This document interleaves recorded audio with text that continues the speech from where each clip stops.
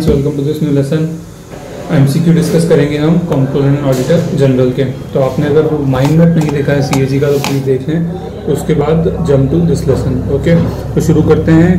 In which article of the Indian constitution the post of CAG has been envisaged. तो आपको ध्यान रखना है 148। तो आर्टिकल आप देखोगे 148 से लेके तो 151 तक ये डील करते हैं ऑफिस ऑफ सीएजी से। ठीक है, 148, 149, 50, 51 पार्ट 5 में आता है।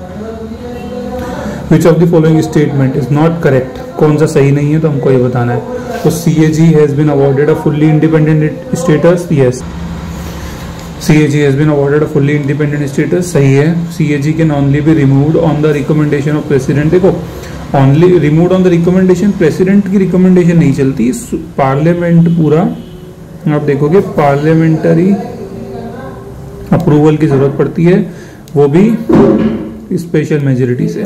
ठीक है, तो ये नॉट करेक्ट है। फिर भी दूसरे भी देखते हैं। सैलरी और इमोल्यूमेंट्स होते हैं जो सीएजी के, वो कंसोलिडेटेड फंड से, तो कंसोलिडेटेड फंड से चार्ज होती हैं, सही बात है। और हम इसको देखेंगे अभी कंसोलिडेटेड फंड क्या होता है। Tenure of CAG is 5 or 6 years, fix for 6 years, तो सही है 6 या फिर 65 years ऑफ एज।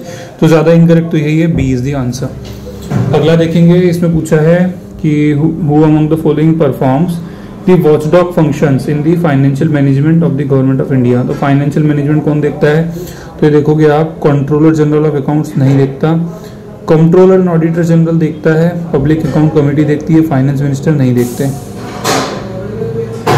ठीक है, तो आंसर हो जाएगा इसका बी 2 and 3। सीएजी जो होता है वो अपनी रिपोर्ट किसको सबमिट करता है, तो सीएजी अपनी रिपोर्ट सबमिट करता है प्रेसिडेंट को, प्रेसिडेंट पार्लियामेंट में देता है, पीएससी पार्लियामेंट में देता है, पार्लियामेंट पब्लिक अकाउंट कमेटी जो पार्लियामेंट्री कमेटी होती है वो चेक करती है। ठीक है, अच्छा कौन से आर्टिकल में ये मेंशन है, तो आप देखोगे आर्टिकल 151 में ये मेंशन है। ठीक, चलो।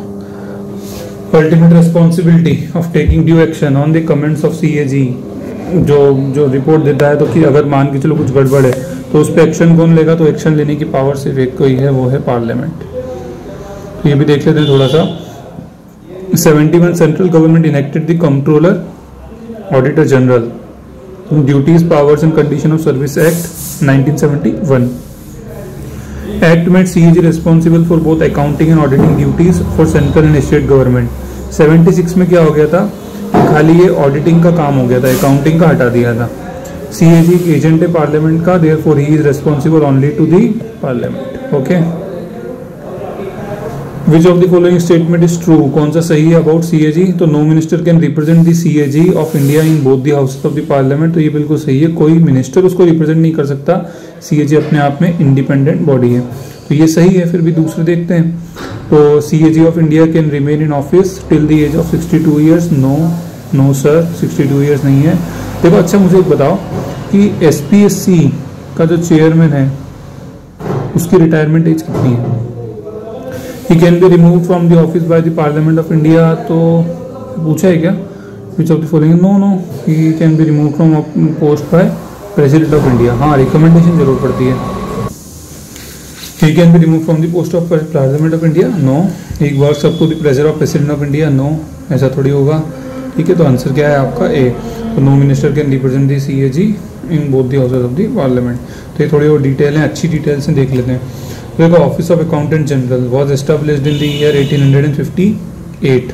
ओके, और ये तब था जब ब्रिटिशर्स ने ईस्ट इंडिया कंपनी से कंट्रोल ले लिया था, तो अकाउंटेंट जनरल का ऑफिस खुला था। 1860 में एडवर्ड ड्रुमंड पहले ऑडिटर जनरल थे। CAG of India only perform the role of an auditor general not of the controller. मैंने आपको बताया था कि वो खर्चा होने के बाद सिर्फ चेक करता है।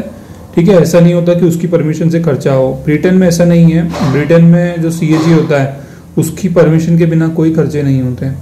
ठीक है, वहाँ पे ब्रिटेन में सीएजी में पार्लियामेंट का मेंबर होता है, यहाँ पे ऐसा कुछ नहीं होता। चलो आगे देखेंगे कि annual report of the CAG of India is scrutinised in detail by the PSC. तो पीएससी जो है उसको डिटेल में चेक करती है।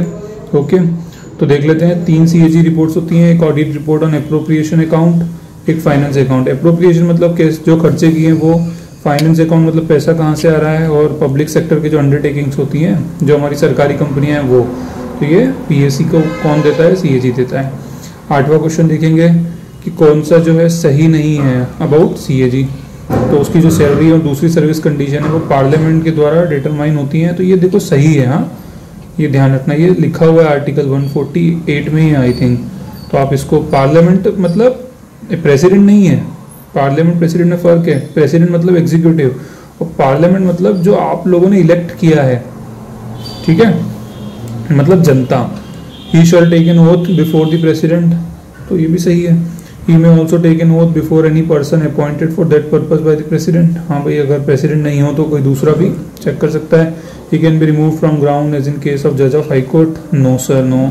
सुप्रीम कोर्ट के जज को जैसे रिमूव करते हैं वैसे ही सीएजी को भी रिमूव कर सकते हैं। ओके, मतलब with the parliamentary approval, with the special majority. Okay, now 9th question. तो सीएजी जो है आपका 3 रिपोर्ट देता है, कौन सी रिपोर्ट नहीं देता?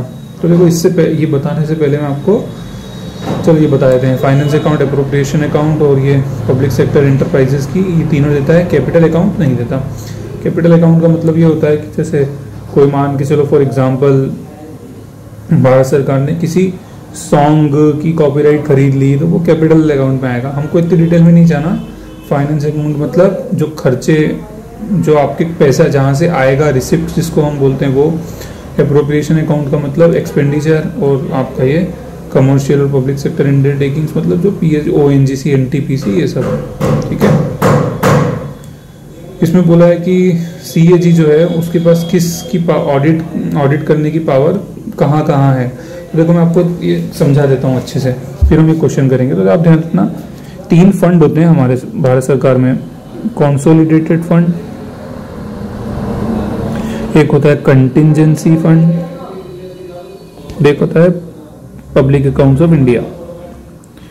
तो हम इसको देखते हैं क्या होता है और इसको भी देखेंगे। कंसोलिडेटेड फंड क्या होता है, जो भी हमारे tax and non tax revenue होते हैं वो सब इस फंड में जाते हैं। अब इस फंड में भी अगर आप देखोगे ना, कंसोलिडेटेड फंड में, तो एक होता है आपका, थोड़ा इधर आ जाते हैं, कलर भी चेंज कर लेते हैं। ओके, तो एक होता है आपका चार्ज एक्सपेंडिचर और एक होता है आपका नॉन चार्ज। फिर चार्ज के अंदर क्या होता है, देखो कंसोलिडेटेड फंड मतलब टैक्स और नॉन टैक्स रेवेन्यू जो भी आया वो इस फंड में जमा होता है, ठीक है। उसके बाद यहाँ से कोई भी खर्चा होना है तो वो उसके लिए आपको पार्लियामेंट की अप्रूवल लेनी पड़ती है।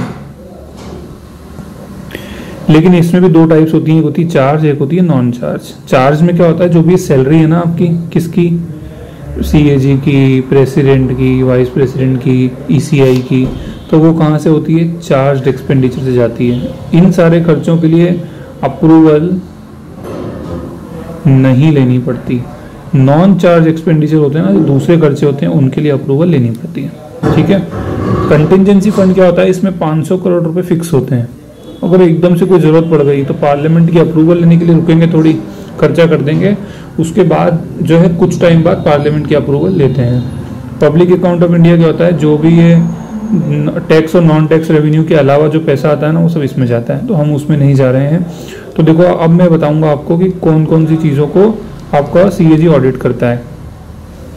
तो जितने भी खर्चा होता है कहाँ से, कंटिजेंसी फंड से and the public account of union, सबको चेक करता है। जितने भी खर्चे होते हैं कंसोलिडेटेड कंटिजेंसी फंड और पब्लिक अकाउंट ऑफ स्टेट से वो भी करता है। तो ये जो कंटिजेंसी और कंसोलिडेटेड स्टेट का भी होता है और यूनियन का भी होता है, तो दोनों को चेक करता है। All expenditure from the consolidated fund of each union territory having a legislative assembly of its own, तो एक दिल्ली की है और एक पौंडीचेरी की है, तो दोनों का वो भी चेक करता है। जितनी भी गवर्नमेंट कंपनीज हैं जो कि इंडियन कंपनीज एक्ट में बनी है, तो वो भी, यहाँ ध्यान रखना थोड़ा सा लिमिटेड पावर है, लेकिन करता है पर लिमिटेड पावर है। प्राइवेट ऑडिटर्स भी होते हैं इस तरह से, तो लिमिटेड पावर है, ठीक है। तो ये हमारे 10 क्वेश्चन खत्म हो। अब मुझे आप कमेंट में बताओ कि हम लोग अभी 10 MCQ सॉल्व करते हैं, तो हम 10 को बढ़ा दें क्या MCQ, ठीक है। तो हम क्या कर सकते हैं, अभी इस MCQs को आप कहोगे तो 10 की जगह 20 कर देंगे। जो माइंड मैप है वो आपको यूजफुल लग रहे हैं कि नहीं लग रहे हैं वो भी मुझे बताओ, उसको हम कंटिन्यू करें या ना करें, ठीक है, या दोनों चलने दें। इस तरह से आप मुझे प्लीज़ अपना फीडबैक दें। ओके फ्रेंड्स, और भी कुछ फीडबैक हो तो you can mention in comment. Thank you so much.